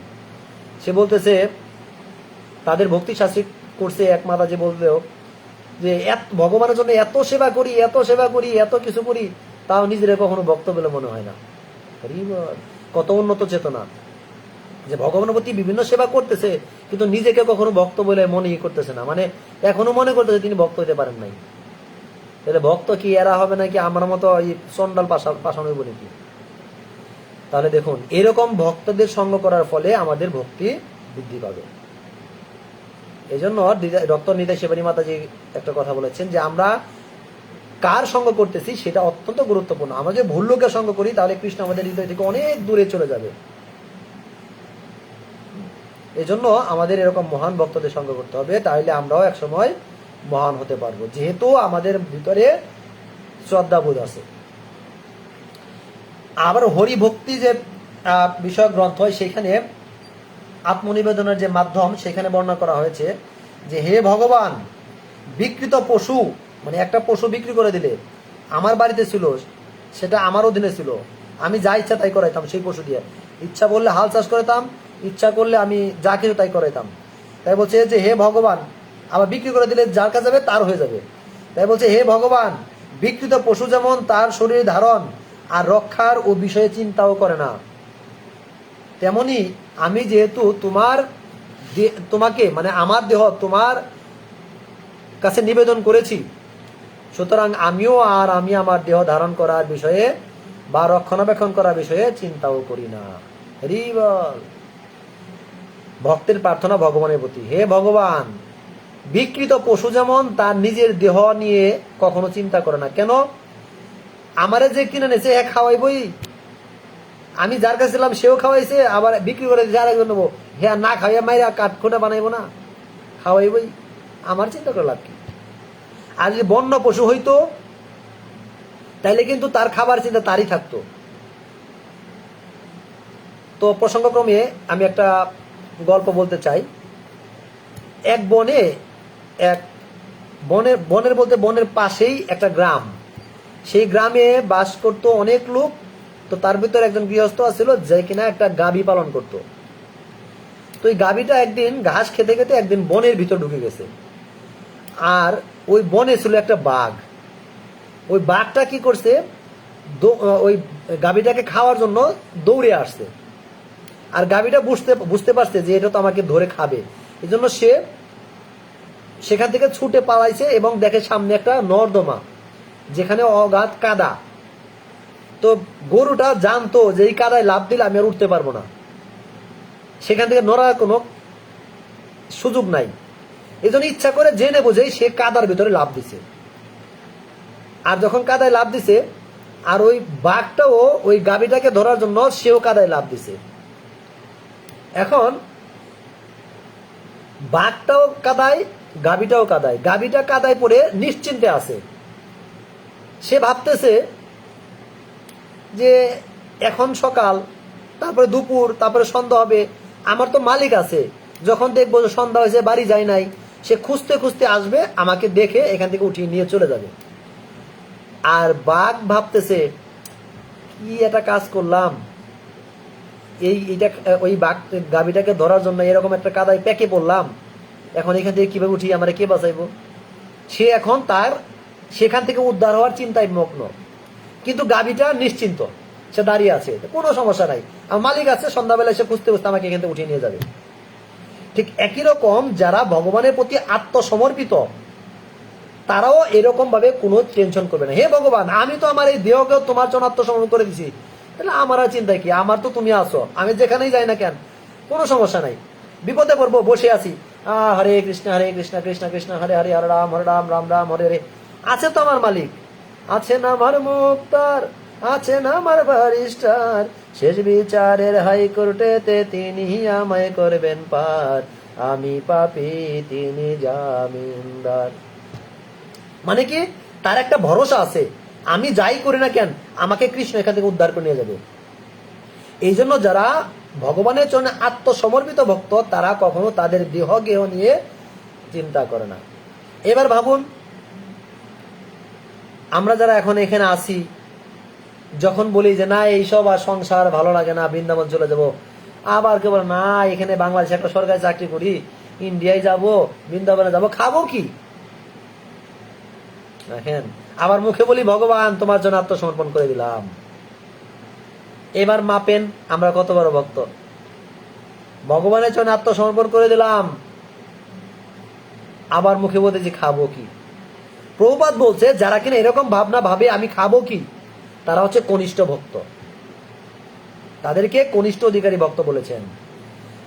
আরে বাবারে, একটা গাভী যদি প্যাকে পড়ে তার মালিকের উপর ভরসা রাখতে পারে, একটা পশু যদি তার মালিকের উপর ভরসা রাখতে পারে, আমি যদি ভগবানের চরণে আত্মসমর্পণ করে আমার যদি সেইটুকু আত্মসমর্পণ, সেইটুকু বিশ্বাস, নিশ্চিন্ত ভাব না থাকে, তাহলে আমি তো সেই পশুর চেয়েও নিকৃষ্ট আমার ভক্তি, সেই পশুর চেয়েও বিশ্বাস আমার কম মালিকের প্রতি, মানে ভগবানের প্রতি। আর এইরকম ঠুনকো বিশ্বাস নিয়ে ভক্তিপথে উন্নতি করা যাবে না। জানি না, আমি যদিও আমি কথাগুলো বলতেছি, আমার এই রকম বিশ্বাস নাই, যার কারণে আমার কথা কারো কানে বা হৃদয়কে স্পর্শ করবে না, কিন্তু কথাগুলো সত্য। তো এই জন্য ভগবানের চরণে আত্মনিবেদন করতে তখন আর শরীর ধারণ এবং পরিবারের প্রতিপালনের কোনো চিন্তা করা উচিত না।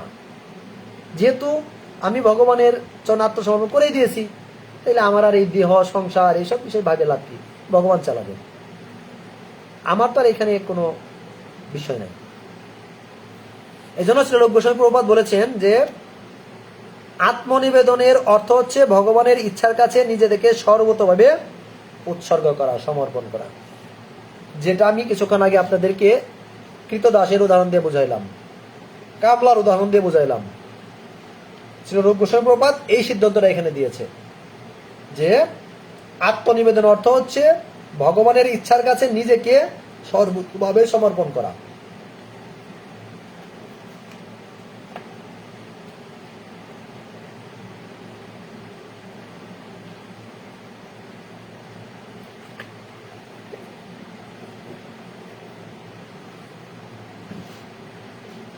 তাহলে আমি যেহেতু ভগবানের কাছে সর্বতভাবে নিজেকে সমর্পণ করব, তার মানে আমার প্রিয় বস্তুরাও ভগবানকে সমর্পণ করতে হবে। আমার যে প্রিয় জিনিসটা আছে, যেহেতু আমি বিক্রি হয়ে গেছি, তাহলে আমার সাথে যা আছে সবই বিক্রি হওয়া, আমার কাছে যা আছে সবই বিক্রি হওয়া। যেমন আমি যখন দোকান থেকে 1 কেজি ময়দা কিনে আনি অথবা 1 লিটার তেল কিনে আনি, তেলটা বোতলে থাকে, আমি যখন তেলটা বোতল সহ নিয়ে আসি, তখন আমি কিনি তেল যে আমাকে 1 লিটার তেল দেন, 1 লিটার তেল কত, এত টাকা, নিয়ে আসলাম। বোতলটা কিন্তু ফেরত দেওয়ার কথা, আমি তেল কিনছি, তেল আনছি, তেল খাবো, বোতলটা কিন্তু ফেরত দেওয়ার কথা, কিন্তু আমরা কি বোতলটা ফেরত দেই না। সেই বোতলটাও আমি ব্যবহার করি এবং বোতলটা কেটে তুলসী টব লাগাই অথবা বোতলটাতে অন্য কোনো জিনিস ভরে রাখি, সেটার ব্যবহার করি, কারণ আমি ওটা কিনে নিছি। ঠিক একই রকম আমি যদি ভগবানের চরণে আত্মসমর্পণ করে থাকি, তাহলে আমার যা কিছু আছে, আমার প্রিয় বস্তু যেটা, সেটা সহই তো আত্মনিবেদন করা হয়েছে। যেমন আমি এখন একটা গেঞ্জি পরা, গলায় তুলসী মালা সহ আমি ভগবানের চরণে আত্মসমর্পণ করলাম। তার মানে কি, আমি আত্মসমর্পণ করলাম মানে আমার দেহটা, গেঞ্জিটা কি খুলে আরেকজন নিয়ে যাবে? না, তার মানে পরোক্ষভাবে আমার গেঞ্জিটাও ভগবানের চরণে আত্মসমর্পিত হয়ে গেছে। ঠিক যেরকম ভগবানকে ভোগ দেওয়ার সময় কোনো মাটির পাত্রে যদি ভগবানকে ভোগ অফার করা হয়, তাহলে ভগবানকে কিন্তু অফার করা হচ্ছে ভোগটা, মানে খাবারটা, রান্না করা জিনিসটা, কিন্তু শাস্ত্রে বলা হচ্ছে যে সেই প্লেটটা পর্যন্ত প্রসাদী হয়ে যায়। তার প্রমাণ কি? তার প্রমাণ হচ্ছে নন্দ মহারাজের লীলায় কৃষ্ণ যখন বৃন্দাবনে থাকতো, রাধারানী তখন ওই বৃন্দাবনে থাকতো, তখন ওই কৃষ্ণ তাকে বিভিন্ন সময় মন্ডা, মিঠাই, দুধ, ছানা, পায়েস এগুলো বিভিন্ন জনের ঘরে খেত। আমরা বলি চুরি করে খায়, আসলে চুরি করে খায় না, ওই গোপীরা ছানা তৈরি করে বলে ভগবানকে ভোগ দেবে, ভগবানের জন্য রাখলাম, আর ভগবান আয়সা খেয়ে যায় ভগবানকে, কৃষ্ণস্থ ভগবান স্বয়ং, তাহলে ভগবান এসে খেয়ে যায়। তো ভগবান যখন খেয়ে যায় তখন যাওয়ার সময় কি করে লাঠি দিয়ে ঠাস করে পাত্রটা ভেঙে থুয়ে যায়। তো কেন ভেঙে যায়? কারণ ভগবান জানে ভগবান যে পাত্রে খায় সে পাত্রটা পর্যন্ত প্রসাদী হয়ে যায়। আর ভগবানের প্রসাদ যদি কেউ পায় তাহলে ভগবান তাকে কখনো একবারের জন্য বধ করবেন না, অবশ্যই রক্ষিব কৃষ্ণ বিশ্বাস পালন। হরি বল। দেখুন ভগবানের কতটুকু সূক্ষ্ম দৃষ্টি, সূক্ষ্ম চেতনা। অর্থাৎ ভগবান যে ভাণ্ড থেকে ননি খাইলো সেই ভাণ্ডটা ভেঙে রেখে গেল, কারণ সেই ভাণ্ডটা প্রসাদী হয়ে গেছে। সেই ভাণ্ডে আবার যদি দুধ রাখে সেই দুধ প্রসাদী হয়ে যাবে। সেই দুধ যদি কেউ খায় তাহলে সেও ভগবানের প্রসাদ খেয়ে ফেললো, তাকে আর বধ করা যাবে না। তার মানে এই বৃন্দাবনের নন্দ মহারাজ বা গোপীদের যে ভাণ্ডের থেকে ভগবান খাইতো, সেই ভাণ্ডে যদি কেউ আবার দুধ রেখে কংসের বাজারে বিক্রি করতে যায়, সেই দুধ যদি কংস খেয়ে ফেলে তাহলে কংস কৃষ্ণের প্রসাদ খেয়ে ফেললো, তাহলে কৃষ্ণ কখনোই আর কংসকে বধ করতে পারবে না। কারণ কৃষ্ণের প্রসাদ পেয়ে গেছে, মানে কৃষ্ণের কৃপা পেয়ে গেছে। আর কৃষ্ণ যাকে কৃপা করে তাকে কখনো বধ করে না, অবশ্যই রক্ষিব কৃষ্ণ বিশ্বাস পালন। এই জন্য কৃষ্ণ প্রসাদ খাই, মানে দুধ খাইতো, ননি খাইতো, মাখন খাইতো, আর হাঁড়িটা ভেঙে রেখে যেত যাতে ওই পাত্রে নিয়ে বাজারে যে দুধ বিক্রি করতে না পারে, অন্তত পক্ষে কংসের কাছে না পৌঁছায়। আবার রাধারানী যখন, গোপীরা যখন ভাণ্ড নিয়ে যাইতো, যদি কখনো ভুলে কৃষ্ণের মাঝে মাঝে কৃষ্ণকে অফার করতো, কৃষ্ণ ছিটকি মেরে সেই ভাণ্ডটাও ভেঙে দিত না। কেন? সেই দুধগুলো ফেলে দিত, ওই ভাণ্ডটাও নষ্ট করে দিত যাতে ওই দুধটা কংসের কাছে না পৌঁছায়। ভগবানের লীলা অত্যন্ত সূক্ষ্ম, আমরা মূর্খ বিদায় সেই লীলা বুঝতে পারি না।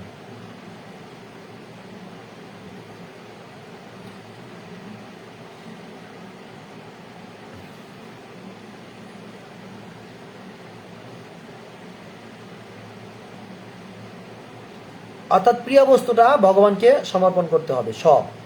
শ্রীমদ্ ভাগবতমের 11 স্কন্ধের 11 অধ্যায়ের 41 নম্বর শ্লোকে ভগবান শ্রীকৃষ্ণ উদ্ধবকে বলতেছেন এই কথাটা। কি বলতেছেন? কোনো মানুষ যখন তার শ্রেষ্ঠ সম্পত্তিগুলি আমাকে নিবেদন করে, ভালো করে শুনুন, কোনো ব্যক্তি যখন তার শ্রেষ্ঠ সম্পদগুলি আমাকে নিবেদন করে অথবা তার প্রিয় বস্তু আমাকে নিবেদন করে, তখন তার অপরিসীম লাভ হয়। হরি বল। অর্থাৎ যখন কোনো ব্যক্তি তার প্রিয় জিনিসটা ভগবানকে অফার করবে, ভগবানকে নিবেদন করে দেবে, ভগবানকে দিয়ে দিবে, তখন তার অপরিসীম লাভ হয়। কখনো তার কোনো মতে ক্ষতি হতে পারে না, ক্ষতি হবে না, তার লাভ অবশ্যই হবে। আর আমরা আমাদের কাছে সবচেয়ে প্রিয় বস্তু কি মনে করি? নিজের জীবন। তাহলে আমি এই জীবনটাকে ভগবানকে দিয়ে দেই, ভগবানের সেবায় নিয়োগ করে দেই, তাহলে কখনোই আমার কোনো ক্ষতি হবে না, আমার লাভ অবশ্যই হবে। এই কথাটা আমরা বিভিন্নভাবে নিতে পারি। আমার প্রিয় বস্তু কি? ইন্দ্রিয় সুখ ভোগ করা। ঠিক আছে, আমি আর ইন্দ্রিয়টাকে আমি কৃষ্ণের সেবায় নিয়োগ করে দিলাম, আমার ইন্দ্রিয় ইচ্ছা রাখলাম না, কৃষ্ণের ইচ্ছায় আমি দিলাম। তাহলে এই যে আমার ইচ্ছাগুলোকে ভগবানের সেবায় দিয়ে দিলাম, তাহলে আমার কেবল লাভ আর লাভ। আর ভগবান শ্রীকৃষ্ণ 11 স্কন্ধের 11 অধ্যায়ের 41 নম্বর শ্লোকে বলতেছে যে কেউ যদি তার প্রিয় বস্তু আমাকে আমার সমর্পণ করে তাহলে তার কখনো কোনো ক্ষতি, তার অবশ্যই লাভ হবে। তাহলে আমরা কি আসলে এগুলো হৃদয়ঙ্গম করতে পেরেছি? আমরা কি আমাদের এই প্রিয় জিনিসগুলো ভগবানের জন্য আত্মসমর্পণ করতে পেরেছি বা করার মানসিকতা তৈরি হচ্ছে আমাদের? তো আমাদের উচিত হচ্ছে এই কথাগুলোকে হৃদয়ে গেঁথে নেওয়া। আমার যত প্রিয় বস্তু আছে, আমার যেটা সবচাইতে ভালো লাগে, যেটা আমার ইচ্ছা, সেটাকে আমি ভগবানের সেবায় লাগিয়ে ফেলব।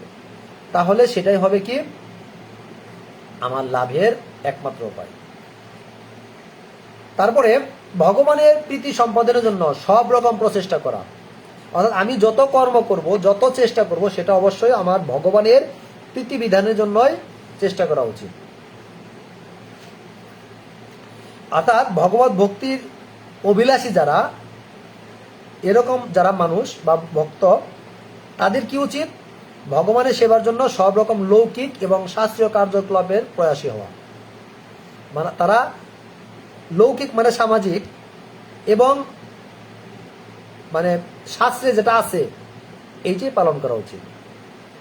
অর্থাৎ ভক্তির শাস্ত্রবিহিত বিধানগুলি পালন করার সঙ্গে সঙ্গে কৃষ্ণ ভাবনায় ভাবিত হয়ে আমাদের যে ব্যবহারিক জীবনে কিছু কর্তব্য থাকে সেগুলো সম্পাদন করা।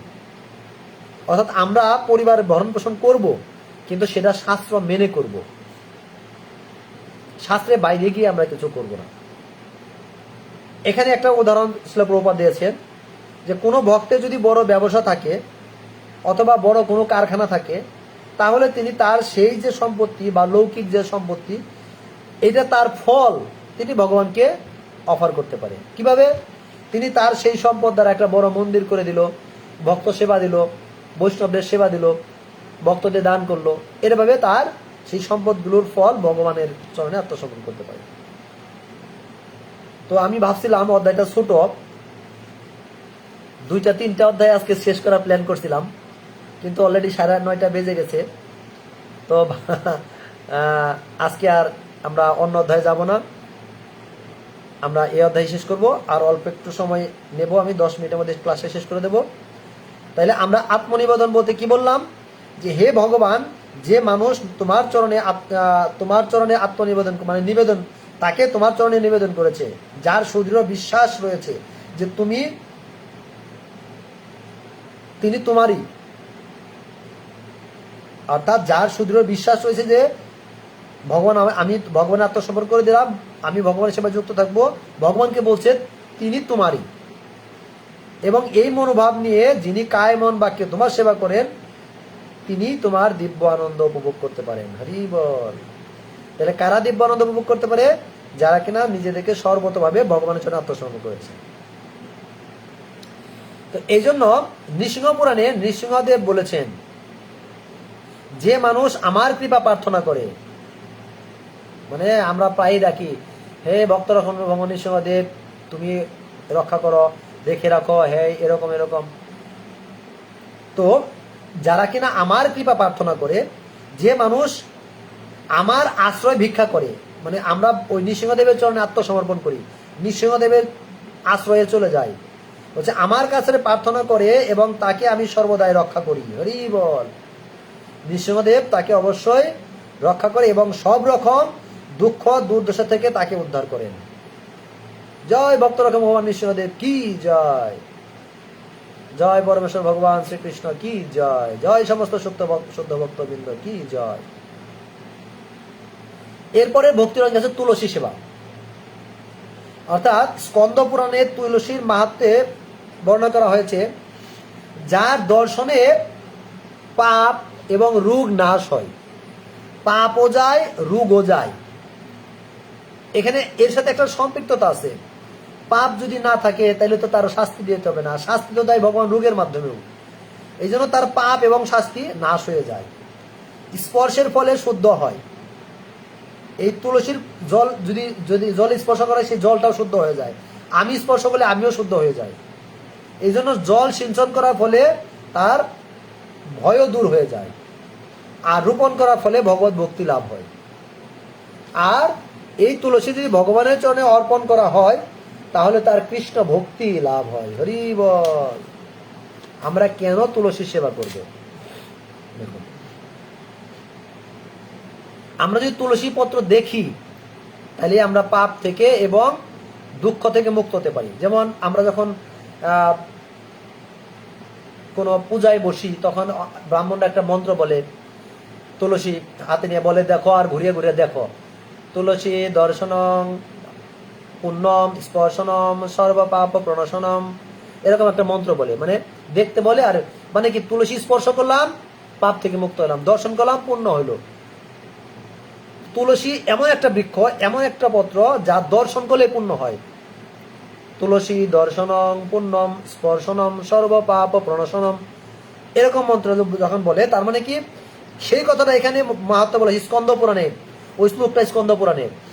তো এখানে বলা হয়েছে যার দর্শনে পাপ এবং রোগ নাশ হয়, আর স্পর্শ করলে শরীর শুদ্ধ হয়।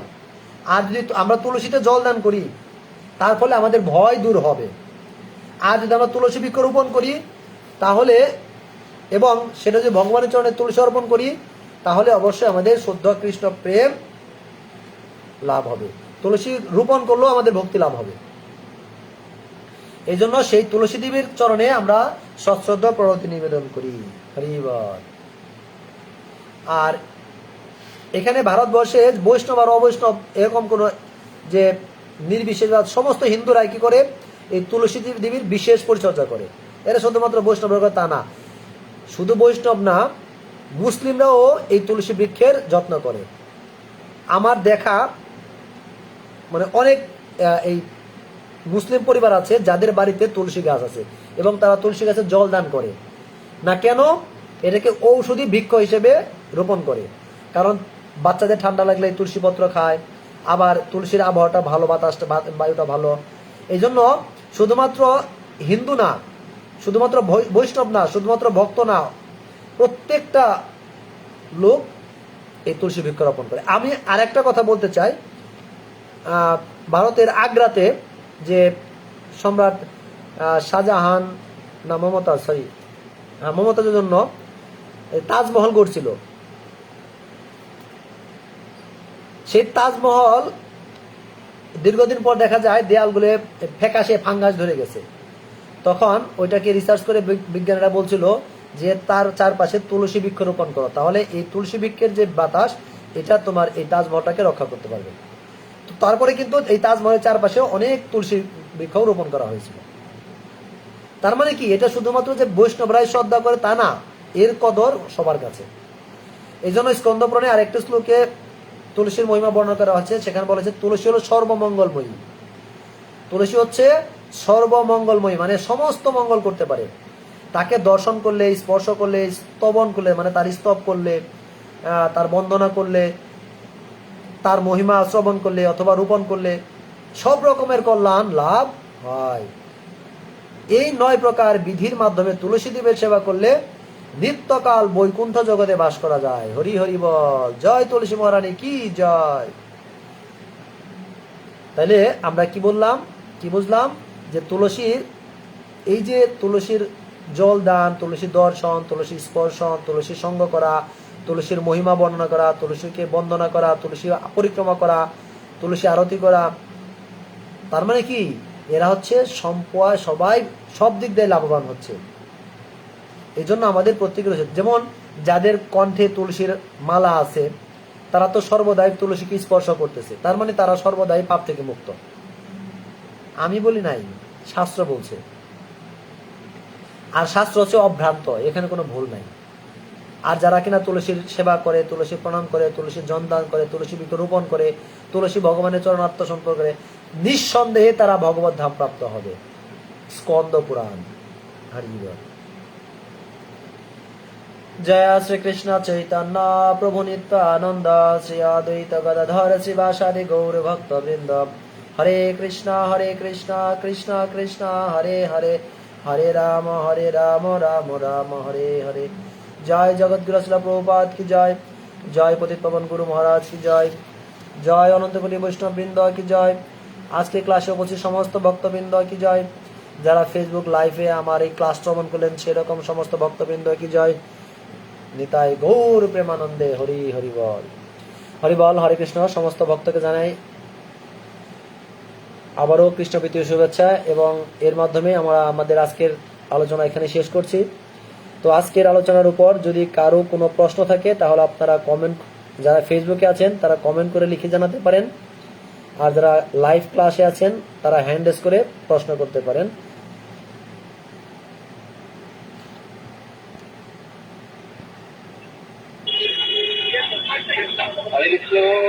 হ্যাঁ, হরে কৃষ্ণ প্রভু। আচ্ছা, যদি স্বপ্নে দেখা যায় তুলসী বৃক্ষ রোপণ করছি তারা নিয়েছে, তাহলে সেটাকে কি হবে? বুঝি নাই প্রভু, কি বলছেন?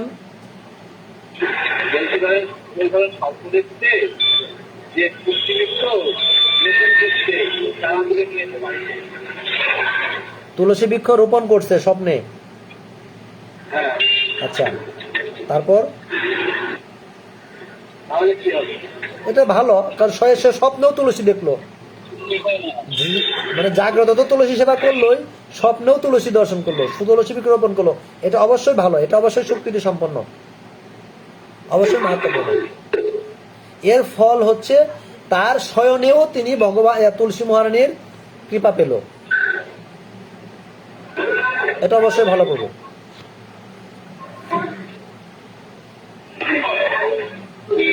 আচ্ছা, আর কারো কোনো প্রশ্ন?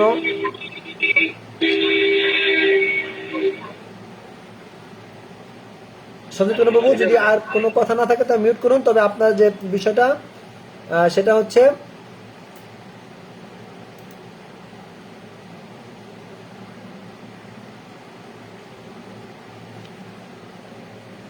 অবশ্যই শক্তিতে সম্পন্ন।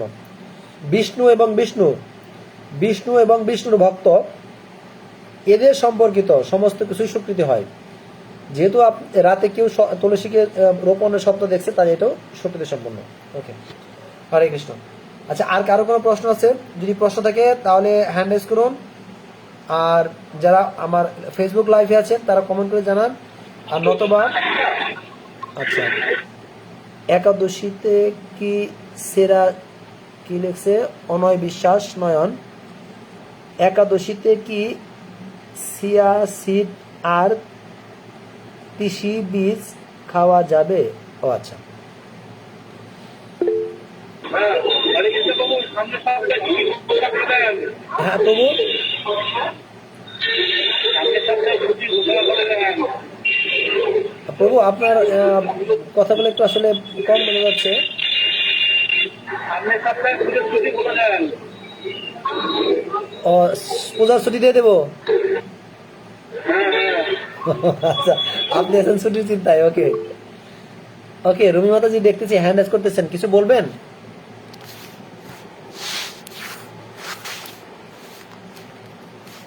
হরে কৃষ্ণ, রবি মাতাজি দেখি হ্যান্ড রেজ করতেছেন, কিছু বলবেন নাকি?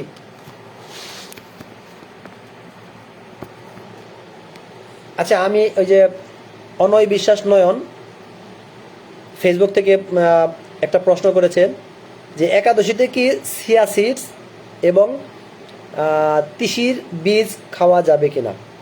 আসলে একাদশীতে পঞ্চরবি শস্য বর্জন করার কথা বলা হয়েছে, তবে যারা শুদ্ধভাবে একাদশী ব্রত পালন করতে ইচ্ছুক, আমার মতে তারা এরকম বীজ মানে না খাওয়াটাই সর্বোত্তম। একটা রাতই তো, এক রাত চিয়া সিডস না খাইলে কিচ্ছু হবে না। আপনি 14 দিন খান, একদিন চিয়া সিড বাদ দেন, এটাই সবচেয়ে ভালো হবে। আর যেহেতু তিসির বীজ, এটাতে তেল আছে, আর তেলটা হচ্ছে একাদশীতে বর্জন করতে হয়, এটা খাওয়া যাবে না। আর সঠিক সিদ্ধান্ত হচ্ছে আপনি একাদশীতে চিয়া সিড এবং এই তিসির বীজ, এটা দুইটাই সম্পূর্ণভাবে বর্জন করবেন, তাইলে আপনার কোনো সন্দেহ থাকবে না। আর তিসির থেকে তেল হয়, এই তেলটাও নিষিদ্ধ একাদশীতে, অতএব বুঝতেই পারছেন এটা খাওয়া যাবে না। হরে কৃষ্ণ। আচ্ছা, আর কার কোনো প্রশ্ন? রুমি মাতাজি হ্যান্ড রেজ করেছিলেন। হরে কৃষ্ণ, রুমি মাতাজি আপনি কিছু বলবেন? আপনি কয়েকবার হ্যান্ড রেজ করেছিলেন।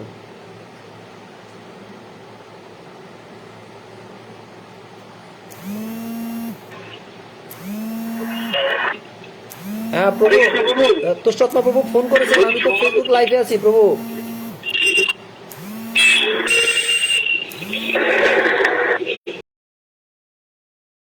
বাবু কি বলছেন? বলছি যে সয়াবিনের থেকে একটা তেল হয়, সূর্যমুখী ফুল থেকে একটা তেল হয়। সয়াবিন থেকে? সয়াবিন থেকে? হ্যাঁ হ্যাঁ হ্যাঁ, হ্যাঁ, খাওয়া যাবে না, সেটা খাওয়া যাবে না, খাওয়া যাবে না। আচ্ছা, ঠিক আছে। আপনি একাদশীর দিন ঘি ঘি অথবা সূর্যমুখী তেল, অথবা নিজে যদি তৈরি করতে পারেন বাড়ির নারকেল তেল, নিজে তৈরি করতে পারলে এগুলো খেতে পারবেন।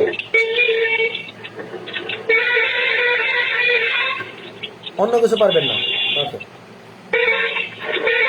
হ্যাঁ প্রভু, আর কারো কোনো প্রশ্ন? বাবা, ইন্ডিয়ার গাড়ির হর্ন, ইন্ডিয়ান ট্রাকের হর্ন দেখলেই বোঝা যায় এটা ইন্ডিয়া। সব থেকে ভালো ফল আর সবচেয়ে টাকা। হ্যাঁ, সবচেয়ে ভালো এটা না প্রভু, সবচেয়ে ভালো হলো একাদশীতে নিরাহার থাকা। হ্যাঁ, সেটা তো আছেই।